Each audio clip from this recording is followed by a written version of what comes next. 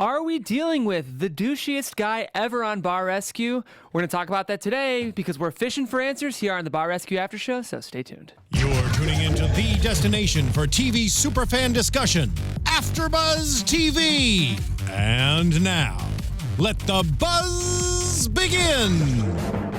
Ladies and gentlemen, welcome to the Bar Rescue After Show here on AFTERBUZZ TV. I'm not Kevin Undergaro. He's not here with us today, but that's okay because his army can hold it down, including me, guys. My name is Jeff. I'm surrounded by a group of beautiful, brilliant panelists, including Miss Nicole Brajer. Hello. And Mr. Nate Miller. What's up, guys? If this is your guys' first time tuning in to the Bar Rescue After Show, this is a show where we cover Bar Rescue week to week. We give you all of our brilliant insights on this show that we love so much. Today we're covering Season 6, Episode 15, Fishing for Answers. I'm excited to talk about this show. Just so you guys know, we will be talking about not only a show, but we have some special segments, including Bar Rescue updates. So we'll be talking about the show in this timeline, as well as how it is today. So we've got so much to talk about. Got to make sure you stay tuned. I have a question for you guys. Yeah. What did you think of this episode overall? Overall, good episode. Mm-hmm. I think I'm like getting at that time of the month, but I like cried a little bit because I The show will do that. I always feel for parents. Because my parents have been through a lot and like completely different circumstances, but I just always, you know, parents, grandparents, your elders, like we reach that point because we're all in the same generation where we get past the 18-year-old mark and you go to college and you're still kind of resentful of your parents when you're 16, 18. But once you grow up and you're heading towards your late 20s and early 30s, I think you really grow a soft spot for them and you realize the struggle is real. And when you get to that point where you had this business for so long and then your son or like us can't do well by them, it's sad. So, thank God Jon came in and stepped him up to the plate, that guy James. What did you think, Nate? I liked it. I was kind of hot and cold in some parts, but overall I like it. I think the show, especially within the last few seasons, has taken overall a tone change from being more about the restaurant and what's going on in the restaurant to more like fixing people, which I'm not sure if I like that. I'm not sure if that's why I watched the show. Right. But there were definitely parts of this episode that I really enjoyed, and I thought it was a pretty believable turnaround that I didn't see coming. Yeah. For James. So yeah, I like seeing that. Yeah, I know what you mean. I will say, though, I sort of felt the producer's hands a little more in this episode than I usually do. 100%. I'm not convinced the version of James that we saw at the beginning was actually... I don't know if James is that bad. Like... I completely agree. Yep. Yeah, it was definitely a push on him to make the show believable that the bar was really failing that bad, I guess. And right. You have to put it on someone, so... Yeah, or and something. I could just sort of feel the producer's like, what if you like said the C word here? Like, I don't know. Like, maybe that is James, but... I agree. There's even a couple lines that I would bet money on were like repeated and re-edited. Yeah. Kudos to the editor. They really worked some magic because nothing really felt very natural. We got a lot of edits, not a lot of big... it was a little, I could feel a little more than shots. usual. I still did like the episode a lot, though, and I will say, I think part of the reason that we're maybe feeling that more is because in some ways, I think this was a bar that was in okay shape. We'll get into it, but a lot of the issues with the bar felt like poor financial management, and I actually really liked that part of the episode, but we should save it and get specific. Let's start by talking about these people. We're dealing with Philip and Tony Crenshaw, who own Fish Heads, spelled like the band, Phish, in Lake City, Florida. A lot of Florida this season. Yeah, well, I mean, with the hurricane in Florida, depending on the spots, can be a little white trash. Yeah. So there probably are a lot of failing bars in Florida. And yeah, I mean, but I feel like he does travel like bit by bit because you do see some like repeated towns or areas, kind of like how he's done some California spots too that you can definitely tell are going out of business. So. Yeah, I think he just does them in batches, and then they kind of try to spread them out so that it's not like here we're in Florida for 4 weeks, and then we're in California for 2 weeks. Like, right. We're seeing him go back in time to these places that he was already been at, essentially. Right. I think, again, Florida's a huge state, though. So, like, I'm sure there's so much stuff, and then the different communities' poverty levels are so drastic. You have Right. low income communities like this one, all the way up to high income communities where the Naples. resorts are, Right. and where the Yeah. space center is and stuff. And I kind of like that too. I like that he's touching on lower income communities and finding a way to adapt to bring business up. I mean, it's cool. It's cool to see Definitely, different numbers and be a little educated in that part of it. For sure. Well, what's interesting is when Philip and Tony bought the bar, they had 5 years of great business. They were booming. They did $2 million 1 year. And then the way at least the narrative was presented to us, they handed over control to their son, James. Right. And the version of James that we got in these first 10 minutes was pretty rough. This Yeah. was not a good dude. I have some quotes. He said, "I just sit back and play with my dick. I just want to get drunk and mess around and hang with chicks." Chicks, man. Even though you Chicks, have a dude. child. I I mean, we don't know if he said dick. It was censored, right? That's true. He could have said Ducks. doll. Dolls. Yeah, you're right. That's a good point. Yeah. It's a good point. Can't I shouldn't always assume. believe the edit, Exactly. okay. Fair enough. How did you guys feel about James? I mean, from the get-go, you could tell, like, maybe some lines were fed to him, but, I mean, when we get to Bar Rescue updates, we will find that maybe he is like this, too. But being that he is a former football player, he did graduate college, and he's been there for 9 years, there's got to be some kind of work ethic to this guy. That's I what mean, I he was can't thinking. be all around that bad. But, I mean, when you hear the staff talking about him badly, and you've got pretty much a group that is like all saying that he's not a great guy, as an audience, we're gonna believe it. Definitely. Yeah, I think they played some of it up to, rile the audience up and to get, you got to have John yell or be stern at some point in the episode. But while I do think it's played up, I think a lot of that is really true. I think he Right. really is a spoiled child, Right. and I don't think that his work ethic had anything to do with him being there for almost 10 years. I think it was that his mom and his dad were never going to fire him. Yeah. So once you realize that you can't fail, like whatever you do, it's everything's fine. Everything's Right. gonna seem like it's just gonna keep going. That's when you get into that cycle of him. It's just gonna get worse and worse because then it's like, well, can I do this? Oh yeah, I can. My mom will cover me. Can I do Right. this? Yeah, my parents will cover me. Mom was definitely an enabler. He's bottle fed, and you hear in the beginning of the episode, like, they were doing very, very well. They were doing well financially with money and all that. So coming from that family, even as a high school, college student, like, and then it collapses because of you, at the end of the day. I do have to question the decision to even hire him though as a manager. I find that very questionable. That comes into the same line as the spoiling your kid's negligence of where, like, he had to say, look, yeah, he's a fuck up, but you keep making excuses for him every time. So Right. they're both culpable. Yeah. Yes. I agree. Well, we're seeing that the staff and James obviously aren't getting along. That does seem to be the source of the problem. Then we get into recon. So this week we have John, of course, and then we have Mia Mastroianni, who I like a lot. She's been here before, if you guys dig into our after show archives. And Aaron McCargo Jr. He's been on the show. Yeah. Yeah. Fun to see them both. I like both of them a lot. Let's talk about some of the major issues. Oh, and we also have, let's see, Barry Rollerson, a country DJ.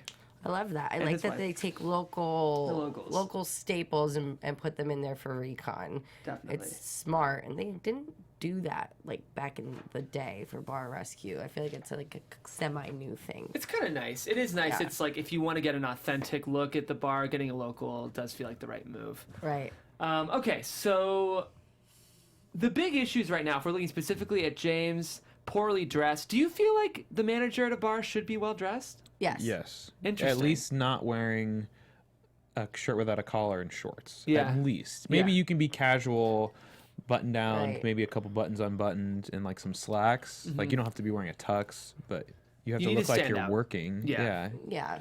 And he kind of looked like he was just a regular hanging out in the back, Right. like Yeah. Or drinking like his a beers. dishwasher. I or also something. cannot stand when staff talk to each other like that. Like, Yeah. it's embarrassing as a customer. Like, I'm embarrassed for you, let alone for your entire business. It's just really unprofessional, and we'll get to more about that. Well, what's interesting is, in terms of the actual workflow of the bar, they were having trouble managing their tickets during this recon, but it wasn't as bad as other episodes. Like, we didn't once see anything dirty or expired in the bar. And this is the first time I've seen this show and not seen, like, this is old and outdated, or this is dirty, or this food is expired. It was all staff relationships. Right. We were not talking about the dirt. We were just talking about communication and the way that the bar cannot operate functionally without good communication. It's period. Right. You know, you could be like not the greatest bartender, but if you are organized and communicate with your bar back and your server, that you'll get the job done. Right. You don't need to be an expert. You just have to know how to Work is, I mean, teamwork, it Yeah. sounds cliche, but it makes the dream work, right? It does. It does. It is essential to succeed in any kind of business. Right. This was interesting and something I didn't totally understand as someone who's never actually worked in food. Right. You can't have handles at a bar. They have to be... Right.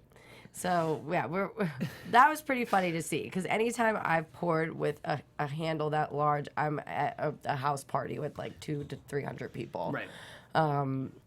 You know, I never worked in a restaurant or a bar where I was using handles. Have you? No. This is something that we've seen a few times. If you go back and watch some of the other episodes, we run into certain. It often happens with poor management because that's the only that's who buys the alcohol. Right. That's who's making the bad decisions. Yeah. So the theory is usually they're trying to save money by buying in the bigger bottles in bulk. Right. But in reality, you can't with those spouts. You can't put a what do they call those things? A pour spout? A real pour spout. Oh, the little stopper. thin Counts. silver guy? Right, so Right. you can count your drinks.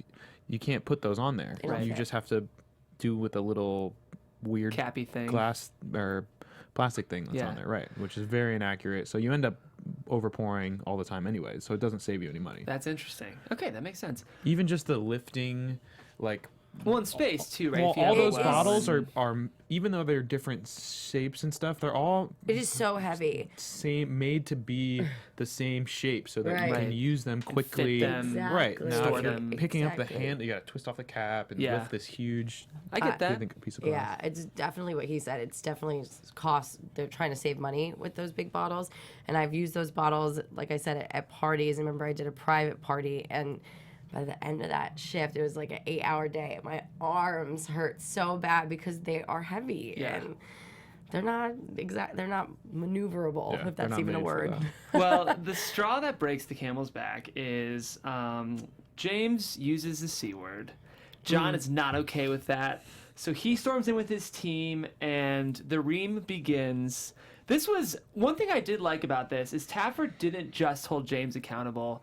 Taffer was quick to also call out Philip and Tony and Especially say, the mom. yeah, especially Tony, and say, you let this happen. Right. Which I appreciated, you know, because there is a certain extent to which it's like, why would you let this guy run your bar? Yeah, You know? To attest to Kevin, he would say, "It's bad parenting. Right. It's that millennial age." Yeah. It's this, and it's I was true. like, Kevin's not gonna be here. We're gonna get through the whole episode without the M word. Nope. yeah, no, I had to. He's still here in spirit. He is. I did kind of have to laugh. Just censor your ears, guys. It's coming. But John was like, you know what? To use that word is totally inappropriate, and you're a lazy fuck who let them down, and you're a piece of shit. I loved and it was it. kind of funny to hear John be like, it's rude of you to talk that way, but here's how I feel, and then say Yeah. the same thing.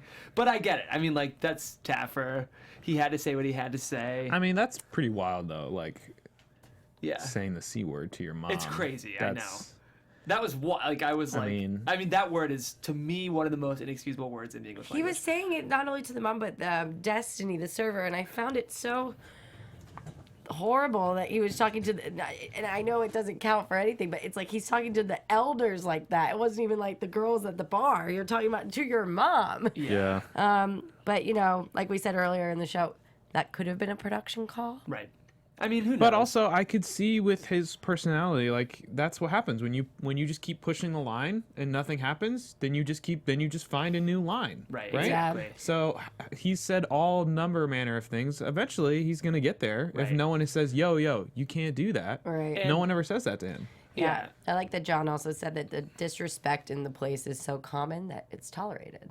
That was a really good point. That was a great takeaway. And yeah, when that becomes the norm, that becomes the norm. You know, it's people so quickly adjust to work culture. And if that's the work culture, that will be toxic for productivity. Yeah, no, I worked at my last bar restaurant job that I had in Santa Monica at 1212. I'm gonna call you guys out. One of the managers, I don't know why she's still there. I think it's the GM's like pity, like I feel bad for you kind of thing. But she will be screaming and yelling and cursing out in front of everybody. And my last day, I told her off, and it was at the end of the shift. The lights were off. There was no one there. I told her how I felt, and I peaced out. But I did it when the doors were closed, Yeah. Save your anger and your frustration for the end of the day and make your point, because that will only make you a better worker in person. You know what I mean? Yeah. Yeah. Definitely. So eventually they leave. The morning we sort of have the second, Jon always has his nighttime discipline. Then the next day it's a bit more of a heart-to-heart. But he didn't go easy here. He was saying, is this a charity for James or is this a business? Would you let another man call you the C word? You've created an environment where disrespect is tolerated. Yep. I did kind of have to laugh because he says, if any bad language is said tonight, I'm going to walk out. And of course, this is after a tirade of 7 bleeps in a row coming from Jon. But I love it. It's, that's Taffer, and I love that. But it's about him. Jon is not anti-curse words. It's Right. all about context. Yeah, right? exactly. Good It's just point, unprofessional. Nate. Good point. So eventually, I think it's time to move into our stress test. I want to make sure I'm not missing anything. We did have this, people opened up. Tony opened up. This was cool to see. I will say, wherever we stood with James, the amount of catharsis and tears that we saw here, I was like, oh, there was some real problems. Well, it was a super good point. It's they were exposed in a vulnerable position, and that's when the realness pours out of you. Right. And we saw that. The staff saw that. There was a moment. That's when I cried, and I felt it. And I'm liking this with Bar Rescue. Yeah. I don't know. You've worked for many managers. I'm sure you've had a self-entitled, everything I do is right manager at some point in time. Oh, that you've dealt manager? with. Yeah. Yeah, The one I was have just talking about. too. Yeah. And man, it's impossible to do anything because nothing they do is wrong, and you're stuck It's in all an you. unwinnable situation. Yeah. So then to be able to see somebody else come in and finally make that person acknowledge reality and hear what you're saying, oh my gosh. Yeah, I would cry if I was there. I'd be Yeah. like, bro, I've been telling you for 8 years to stop being an asshole. Right. And somebody finally comes in, you're like, oh, maybe It I was should intense. stop being an asshole. Yeah, and Tony was crying and saying that to the camera that she was waiting for someone for 8 years for someone to do that to him. And if it wasn't her and it wasn't Philip, his father, then it was definitely had to be someone like Jon. Right. It was funny that she couldn't even maybe even bring in his football coach from back in the day to set him straight. But that's what happens when you hire your son to work for you for 10 years out of college instead of letting him go get a real job Yeah. and work for a real boss who's going to be like, Learn the what? ropes. You're fired. And Right. learn about Exactly. reality. You can't shelter your kids their whole life. Right. They literally sheltered him his whole life, sent him off to college, and as soon as he was done with college, brought him right back in and sheltered him again. We needed a Taffer here. He'd never gotten his ass kicked like yeah, that. you need an adult, The thing a dad. The thing I really liked about this segment, I will say, is they got into some financial specifics, and I Loved it. get nerdy for that stuff. Yeah. I like the emotional whatever, but I also like the look at your profit margins here, look at the percentage waste here. Well, that's usually a problem Yeah. on top of other things that are Yeah. going on, whereas with this bar, that's literally the only problem, is incredibly gross mismanagement. Yes. So they Yeah. actually had time to go into it and be like, no, literally, look at the paper. This is the problem. Well, Jon also did those reports and printed up the pour and food sales to prove a point to say that James was wrong because he was putting it on the staff, saying overpouring this and that. And he was like, numbers don't lie, so let me show them a thing or two. Definitely. And what he gathered was that the pouring sales were fine. It wasn't so bad, but their costs needed to go up because of the area that they're in and whatnot. But overall they did pretty good except for Food was bad. There was bad margins there, and beer was where the really Beer, bad yep. margins were. Yeah, but that was really just between what Jon said is that James was like, oh, this is a really cool beer I want to bring in, but it's like a craft beer, right? So Right. he should be selling it for $12, but no one's going to pay $12, so he has to sell it at $6. So then he's buying it at cost, which is causing him to lose money. Right. Same thing with the food. The portions, the food portions were way too big for what they were charging. right. What I like about this, though, is whenever you see situations like this, there is hope for the bar. You know what I mean? I was like, this is a tangible way that we can fix the bar. So that's why I'll be very interested to see where we are in Bar Rescue updates, because I'm feeling optimistic for this team. Let's go ahead, though, and get into our stress test. Is this stick system a recurring thing in the show, or was this the first time you guys have seen this? I think I've seen this once before. We did in a couple episodes before. It was a different way that they did it. Yeah. They just need a Kevin way. would be like, I remember, but we're all like, it's Monday. Yeah. But they did. It'll come to me in the show, and I'll mention it. But I think they they did. gave them like 2 colors, Okay. and they had to do. like Coins, maybe. or the green or red or yeah, something like I think that. they had 2 different ones the other time. Yeah. And like one meant one thing, one. But meant this the is other. the second time we've seen it this season, doing Yeah. something a little bit different like that. This It's one was smart. It's a brutal. way to build in stakes. You know what I mean? Because it's like, will they get any sticks in the bucket? Like, if you can set this up beforehand. Well, they did the timer. Yeah, I thought Remember this one was the way timer? dumber than compared to that one. Or Yeah. like even the drink count thing. Yeah, that was Right. cool. Yeah. I like those other This one I didn't. measurements. But Yeah. I do have to say, when in the end, when John was like, "Oh, you got 3 in there. You must have 3 family members here," That's I was awesome. dying. He's pretty So good funny. at that. The best kind of shade. So, in general, nothing to point to that was catastrophic about this stress test besides everything, right? Like, it wasn't like there was one specific huge problem or one huge blunder. They just couldn't keep up. They couldn't keep up with orders. Well, also they were doing like martinis and different drinks instead of that one drink that they were trained on, which was the margarita, The marg, which yeah. is literally 3 ingredients Right. and a half a tahini rim. So I mean, if you can't execute that off the gate, I mean, John even said the drinks are not being executed. The food is going out quicker than the drinks. How is that possible? Yeah. This is I have no where my conspiracy hat goes on. They remember, this is not just a bar; it's a restaurant. Right. They just slammed that place Yeah, I know. with Yeah. people. Yeah. They literally all came in at once and all Yeah. ordered at the same time. There Yeah. was no way they did that well. Like, Right. and they had to do that because the problem was not the employees. Right. The problem was management. Right. So they had to figure out a way to fill in the stress test for it to fail. Because if it doesn't fail, then it's like, all right, let's pack our shit up and go home. Which I can agree with you in a sense, but I wonder if they do let them in. Like we see them 'Cause all usually- walk in on camera at once, but I wonder if they kind of let them in at a normal pace, which they should, so they can actually succeed in a stress test.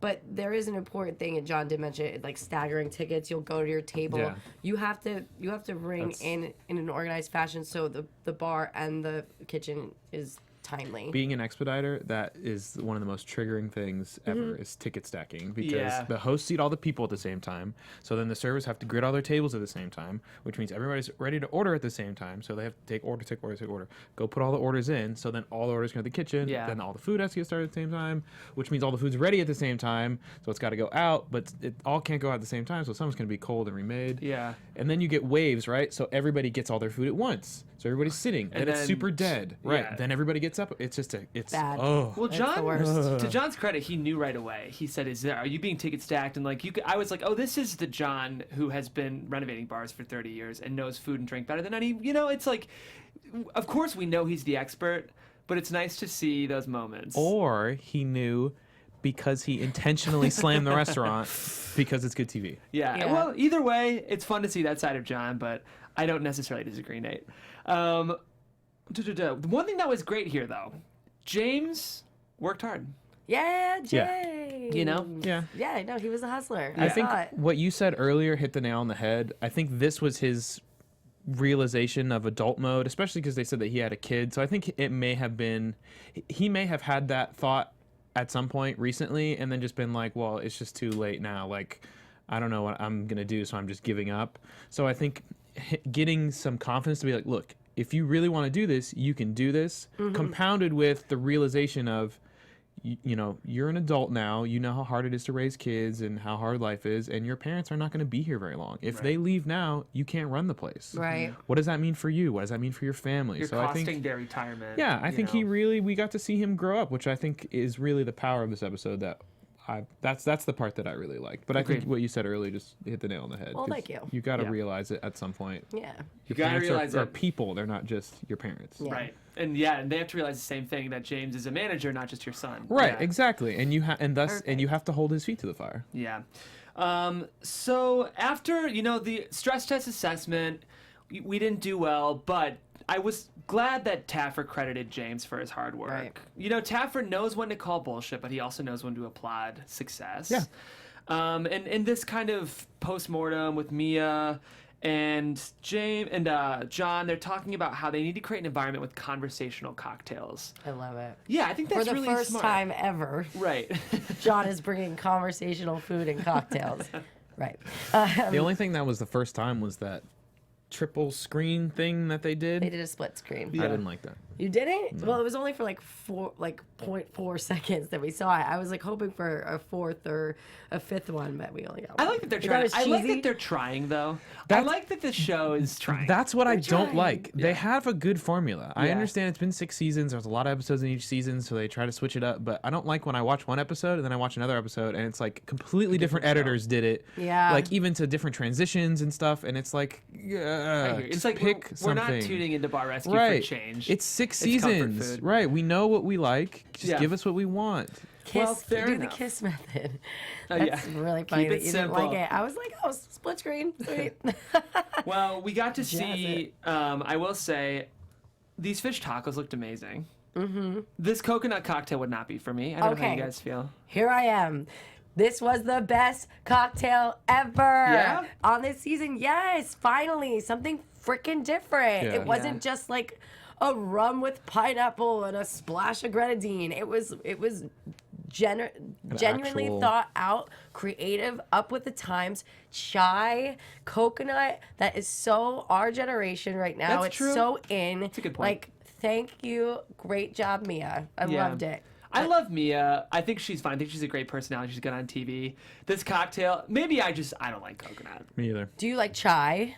Not in a drink. It's definite. That drink is definitely a sweeter drink, but like I just said, it's creative. And for those of you who don't know the ingredients in it, it was chai syrup, which was homemade, which is incredibly creative and delicious. White rum, which is super important because if it was dark rum, the way that it would blend would just be even more sweeter than you anticipate. And then we have coconut milk and chai tea. And I think she just put it over ice. I think she shook. I don't know if she shook it. Mm-hmm. She did shake, and she double strained, I believe.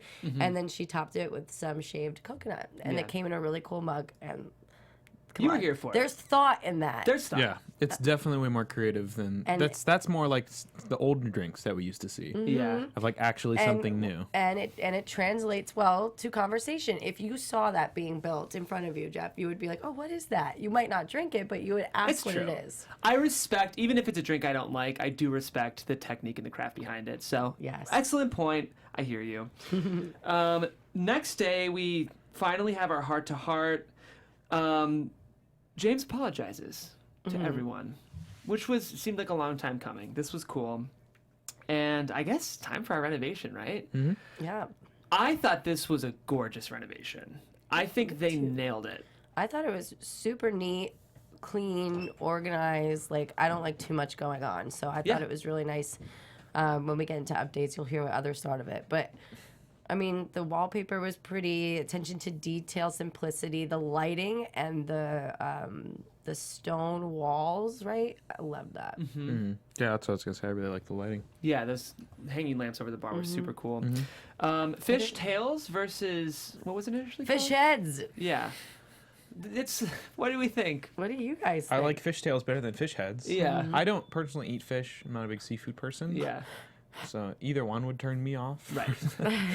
But at killing least my they hopes put and the dreams. burgers on the Right, on which the we've sign. seen So a I'd lot. be like, oh, they have burgers too. Yeah. Yeah, I'll and we go keep in. seeing that this season with what's on the windows and is what is inside. It's just good business. Yeah, and then Kevin would touch that it has to do also with the building that they share, like the plaza that they share, and there's certain rules and regulations for logos and stuff like that. But overall, I like the renovation. I think like the color they- scheme too. They smartly leaned into it being not just a bar, but also a restaurant. Like, I think in this renovation, it was like the kind of place a suburban family might eat if they're traveling through the town. Right. Rather than just, if it looks like a bar, people treat it like a bar. If it looks like a restaurant, people treat it I like mean, a like, restaurant. just think about the outside, too. Yeah. Like, how crappy it looked before this renovation.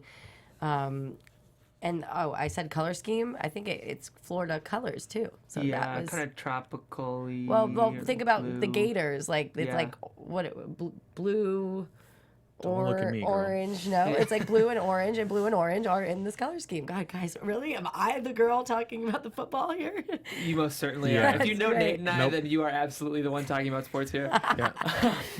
This is the Bar Rescue after I like show. sports, not the NFL. Yeah.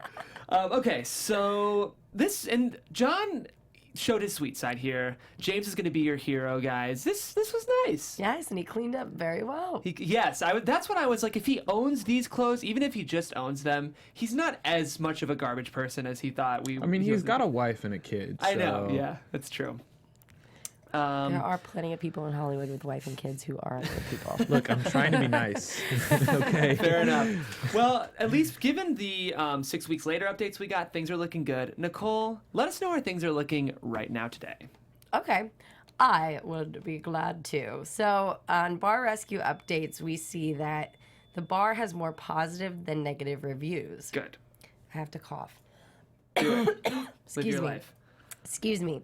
Food has great reviews.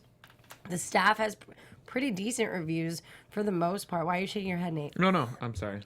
Not shaking my head. Because you don't like seafood? No, I was. Oh, it's no, fine. something else. It's fine. We'll get to it. But then the negative reviews say that the banter behind the bar still existed. Ooh. So, and that the local customers versus regulars, or traveling customers versus regulars, weren't being treated the same, and that someone, and I guess it might have been James, it doesn't say who, was not really caring about who was there and was anticipating the arrival of his regulars, and like the customer felt like they were in a position to the restaurant, let alone the staff, and then didn't like the way that they ran business. So that was one of the negative reviews, which we saw kind of like on this episode of how he was treating like the staff. So I wouldn't put it past him to be talking to them like that in front of customers. And I've been in this situation before as a bartender where, like, I think I was telling you guys this last week that I'm working at a more regular bar now, and one of the bartenders was let go because she wasn't treating the regulars, or was treating the people the same as the regulars, and not treating. So like that's a big deal apparently. Yeah, especially in bar culture. Yeah, but I feel like you should be treating with everybody the same.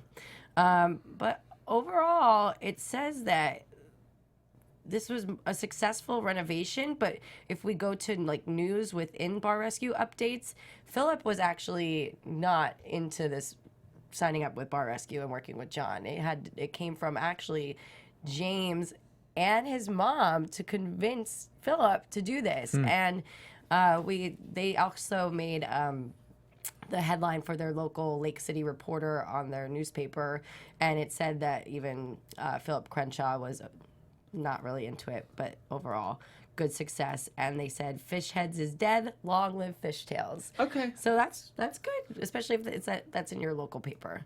Amazing. Well, let's do some quick Taffer takeaways, guys, and we can get out of here. I think for me, it's obvious, but don't make hires. Don't hire if a bias is going to affect the way you manage. Or I'm just thinking, like, this is a situation where hiring your son was not a good decision. They should have hired him as a bar back from the beginning, because I don't know if you've ever bar backed before, but bar backing is the way to learn the ins and outs of the whole business, because you are like the right-hand man for not just the bartender, but for your servers, for your managers. Like, anything that anyone really needs, it's going to go on the bar back, and you're going to excel in the business, maybe become a bartender, maybe become a manager. And you got to, start from the bottom in any job to work your way up. Fair. Any Taffer takeaways from you guys?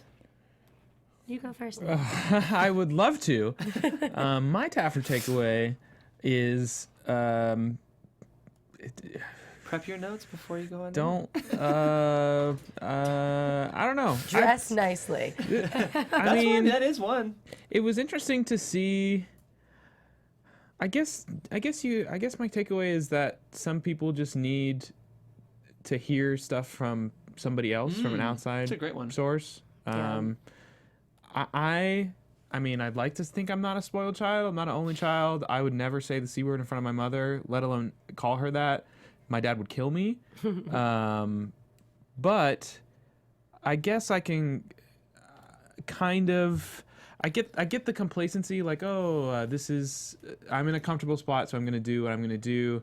And I guess he just needed to hear it from the right person. So I don't know. My takeaway is listen to your parents. That's good. I do like the takeaway, though, of if you're a manager, sometimes know who the right person to discipline is. It might not be you. You might need an outside voice. That's why companies audit. That's why they bring in, Yeah. It's a really good takeaway. Any for you, Nicole? I know it's hard to go last. My Taffer takeaway is use what you have. Love it. So I like that they use what they had in the kitchen, being creative with that way you can save your money and it allows you to be more creative. You're going to come to find you can make a good meal or an amazing drink with little to nothing. Right. Yeah. I love it. I also want to say one thing before we wrap with news. Podcast One, it has a new podcaster, and it's Jon Taffer. Oh, nice. Okay. Yeah, he has a new podcast on Podcast One. You can download the app. It's also on the website as well, podcast1.com. And his first show was with one of the big guys from Barstool Sports. Oh, nice. Okay. Which is awesome. So check that out. It's brand new. What's it called? It's called No excuses. No That's Excuses. a very Taffer, Taffer No podcast Excuses. name. I love Yep, it. and it's on Podcast One app or Apple Podcasts or I love it. podcast1.com. Thank you so much. I will definitely subscribe. I will listen on my Yeah. drive home today. All right, guys, and hopefully you're listening to this on your drive home or doing laundry wherever you are. Don't forget, guys, if you want to help us out here at the network, you can rate us on iTunes. That's a great way for people to find the show. We know you love Bar Rescue just as much as we do, and if you want to share the love, hop on iTunes, give us those 5 stars. And we will be here next week, guys. We're here every Monday at 2 p.m. Do we even know what time It we're varies. Yeah. Here at AfterBuzz TV, where we cover everything all the time. We're the Conversation Network, and we'd love for you to reach out. That being said, if you want to reach out to me online, you can do that at Jeffrey C. Graham. How about the rest of you guys? You can find me at Nicole Brajer all over the social media world. You can find me everywhere people can be found at Dog Like Nate. I love it, guys. We will see you next week. Peace Bye. out. From executive producers Maria Menounos, Kevin Undergaro, Phil Svitek, and the entire AfterBuzz TV staff, we would like to thank you for listening to the AfterBuzz TV network. To watch or listen to other after shows and post comments or questions, be sure to visit AfterBuzzTV.com. I'm Sir Richard Wentworth, and this has been a presentation of AfterBuzz TV. Buzz you later.